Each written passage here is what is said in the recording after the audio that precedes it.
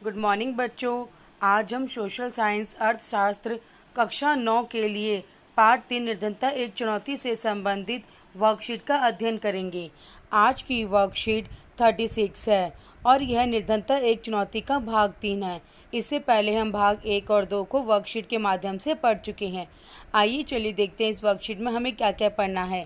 इस वर्कशीट में निर्धनता को दूर करने के लिए या समाप्त करने के लिए भारत देश की ने क्या क्या रणनीतियाँ अपनाई है उसके बारे में पढ़ना है। सबसे पहले आर्थिक विकास समृद्धि को प्रोत्साहन देना और सरकार द्वारा चलाई गई योजनाओं के बारे में पढ़ना है, जिसमें हमें मनरेगा पढ़ना है। उसके बाद हमें राष्ट्रीय काम के बदले अनाज और प्रधानमंत्री रोजगार योजना, स्वर्ण जयंती ग्राम योजना, और उसके बाद हमें भविष्य में कौन कौन सी चुनौतियां हैं जो निर्धनता के समान ही हमारे देश में बढ़ने वाली हैं उनके बारे में अध्ययन करते हुए हम लास्ट में प्रश्न उत्तरों पर चर्चा करेंगे। आइए चलिए देखते हैं सबसे पहले आज का टॉपिक क्या है।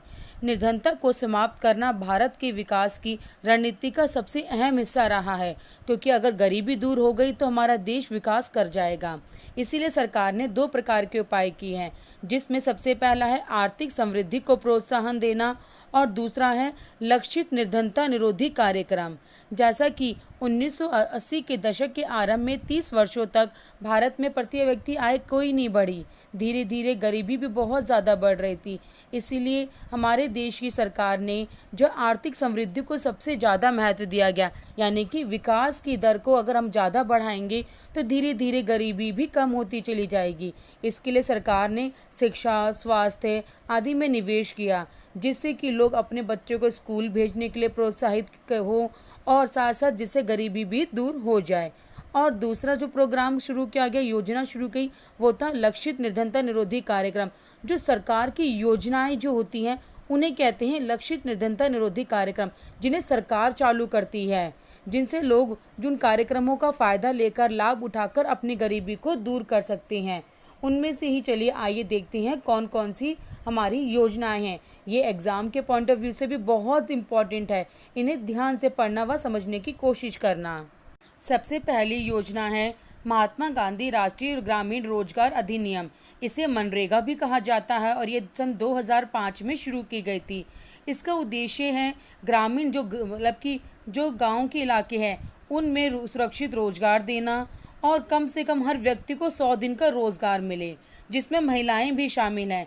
यदि व्यक्ति को 15 दिन के अंदर कोई रोजगार नहीं मिलता है तो उसे बेरोजगारी भत्ता मिलेगा, जिसके लिए व्यक्ति को अपना जो नाम है वो एम्प्लॉयमेंट एक्सचेंज में यानी रोजगार कार्यालय में लिखवाना होता है और उसमें कम से कम व्यक्ति को न्यूनतम दिहाड़ी भी दी जाएगी, चाहे उन्हें काम आता हो या उन्होंने पहले से कोई कोर्स ना किया हो, तो उनके लिए भी एक दिहाड़ी यानी निश्चित मजदूरी तय की गई है, जैसे कि 168 रुपये से लेकर 281 रुपये प्रतिदिन तय की गई है।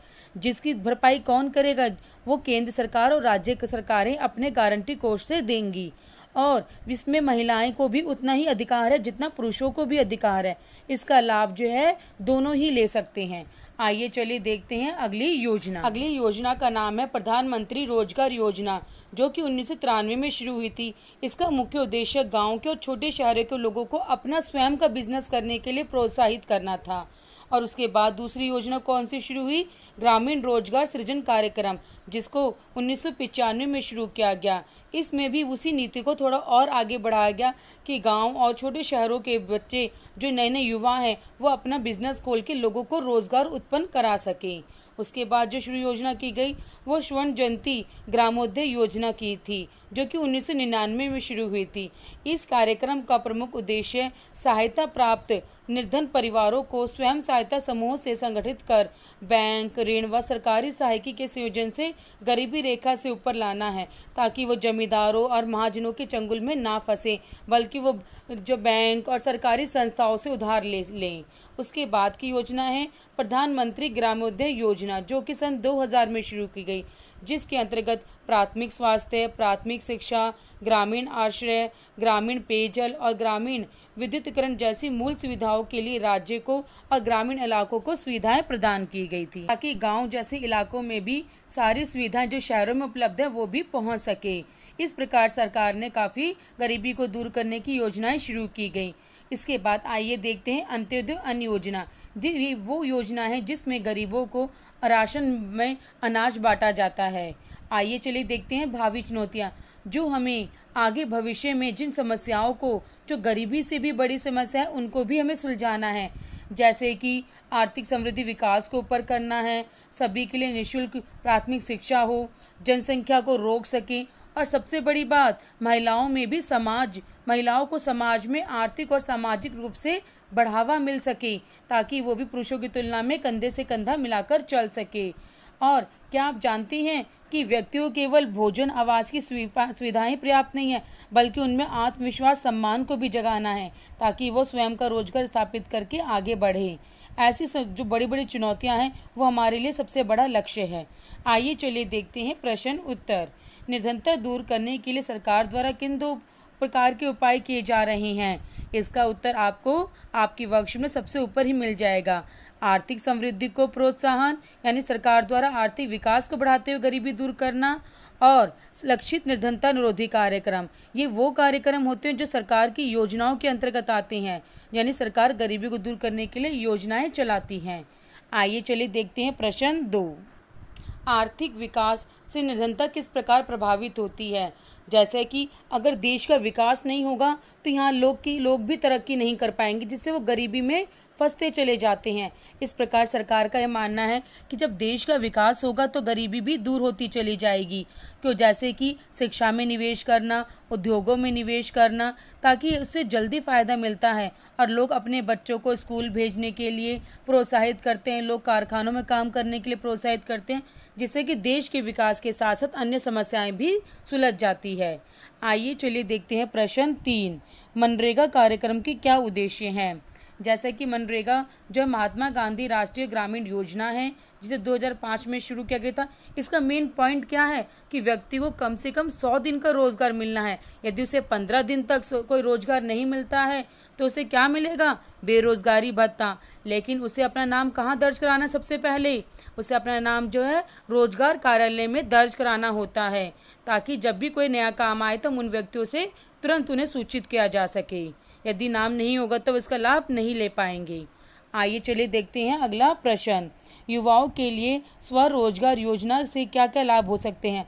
इसमें बताना है कि यदि जो नई जनरेशन है उनका अपना कुछ बिजनेस होगा तो उन्हें क्या फ़ायदे हो सकते हैं। सबसे पहला, अगर आप बिजनेसमैन या बिजनेस वुमेन बन जाओ तो आपके लिए क्या फ़ायदा है? आप में आत्मविश्वास बढ़ता है। छोटे छोटे उद्योग खोलने में सरकार आपकी मदद करती है, जिससे कि आपको आसानी से लोन मिल जाता है, और सबसे बड़ी बात, आप अन्य लोगों को भी रोजगार देके देश की तरक्की में सहायता दे सकते हैं। आइए चलिए देखते हैं प्रश्न 5। भारत में निर्धनता दूर करने के उपाय बताइए। जैसे कि अधिक से अधिक हमें उद्योगों बढ़ाने चाहिए ताकि लोगों को रोजगार मिले। शिक्षा के द्वारा कि स्कूल में कोर्सेज अच्छे कराने चाहिए कि बच्चा केवल पढ़ाई के अलावा हाथ का हुनर, या जैसे कि ब्यूटी पार्लर हो गया, फैशन डिज़ाइनिंग हो गया, आपका मशीनों का काम हो गया, ये सीखना चाहिए। कृषि क्षेत्र में अच्छी तकनीकों का प्रयोग करना और जनसंख्या को सीमित करना भी एक गरीबी रोकने के बराबर ही है। आइए चलिए देखते हैं प्रश्न 6। भोजन और आवास जुटाने के साथ साथ किसी व्यक्ति के जीवन में अन्य किन आवश्यकताओं को आप महत्व देंगे और क्यों? बेटा, इसमें आपको बताना है कि केवल रोटी कपड़ा मकान ही हमारे जीवन की आवश्यकताएं नहीं है, बल्कि उसके अलावा भी ऐसी बहुत सी चीज़ें हैं जिससे हम अपने देश का और अपना विकास कर सकते हैं। जैसा कि मेरे अनुसार शिक्षा सभी समस्याओं की दवा है, क्योंकि शिक्षित व्यक्ति केवल अपना विकास नहीं करता बल्कि पूरे देश के विकास में सहायक होता है, और शिक्षित व्यक्ति ही समाज का सबसे बड़ा उद्धारक होता है। उसके बाद है रोजगार। यदि व्यक्ति के पास रोजगार होगा तो वह गरीबी के चक्र में नहीं फंसेगा, अपने परिवार का खर्चा वो खुशी खुशी चला पाएगा। और तीसरा है आत्मविश्वास। यदि आपके पास आत्मविश्वास है तो आपको कोई नहीं हरा पाएगा। उसके बाद है स्वास्थ्य सेवा। यदि किसी देश में अच्छी स्वास्थ्य सेवाएं उपलब्ध हैं तो स्वस्थ व्यक्ति जो है ज़्यादा काम कर पाएगा, और जिससे देश का विकास ज़्यादा होगा और गरीबी दूर जल्दी होगी। यदि व्यक्ति हमेशा बीमार रहेगा तो ना वह अच्छा सोचेगा, ना ही अच्छा काम करेगा। इस प्रकार रोटी कपड़ा मकान के अलावा भी हमारे जीवन में बहुत सारी आवश्यकताएं हैं। अगर इस वीडियो को समझकर आपको अच्छा लगा होगा तो मेरी वीडियो को लाइक और सब्सक्राइब ज़रूर करें। धन्यवाद।